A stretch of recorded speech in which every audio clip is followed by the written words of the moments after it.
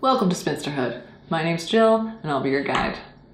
Why am I dressed like a cross between your grandpa and an old sea captain today? Well, today we're going to be talking about my favorite beverage, Scotch.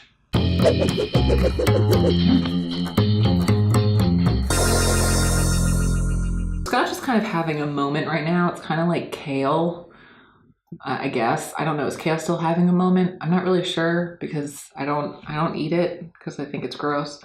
Today I thought I would go over some of the basics when it comes to ordering a Scotch out if you've never ordered one before. So if you're someone who's thought maybe I'd like to try it, but I really don't even know what I'm supposed to do or say or what kind I'm supposed to order, hopefully this will give you some pointers and a place to start.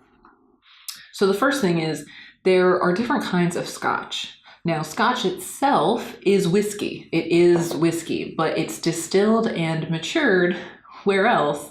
Scotland. Just because it's all distilled there doesn't mean that all Scotch is the same. So you can kind of think of Scotch as basically being split into two different categories, peated and unpeated. Okay, so here's where I got a little mistaken. I'm human, all right? Just bear with me. So you can get peated versus unpeated Scotch, but that distinction really only applies to the Islay region of Scotland, where there are peat bogs.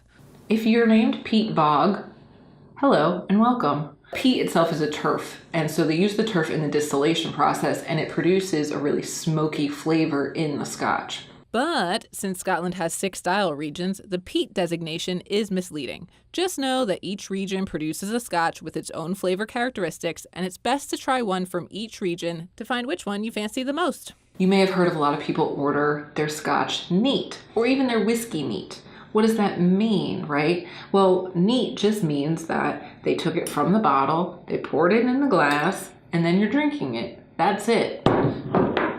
As straightforward as you can get. So what's the difference between neat and straight up? Well, straight up is, again, yes, it's just the spirit itself, but it could be stirred with ice. It could be stirred while looking at ice or some other sort of weird, pretentious thing. But the point being, it's not neat. Once you have it in your glass and you're about to drink it, swirl it around. And the purpose is this. It helps release a lot of that aroma, which you should be smelling, by the way, at this point. Smells scotchy. You can get into all of that super specific stuff like, ooh, I smell an old shoelace and the hint of vanilla, wood, and clouds. I don't know, but at the end of the day, does it smell good to you? That's what's important. So smell it. Smells yummy. Take a sip. Let it roll over your tongue for a little bit before you swallow. Those are basically the basics when it comes to ordering a Scotch out at a restaurant or bar. If you've never tried it before, please, I do recommend give it a shot. Don't take a shot, but give it a shot. And maybe you will have found your new favorite beverage, just like I did all those years ago. Till next time, stay confident. This has been Spinsterhood. Why am I dressed like that cool guy who never returns your calls? Like someone who could tell you tales of the sea like you wouldn't believe. Why am I dressed like the guy who whittles for a living? Like whittles wood. A wood whittler.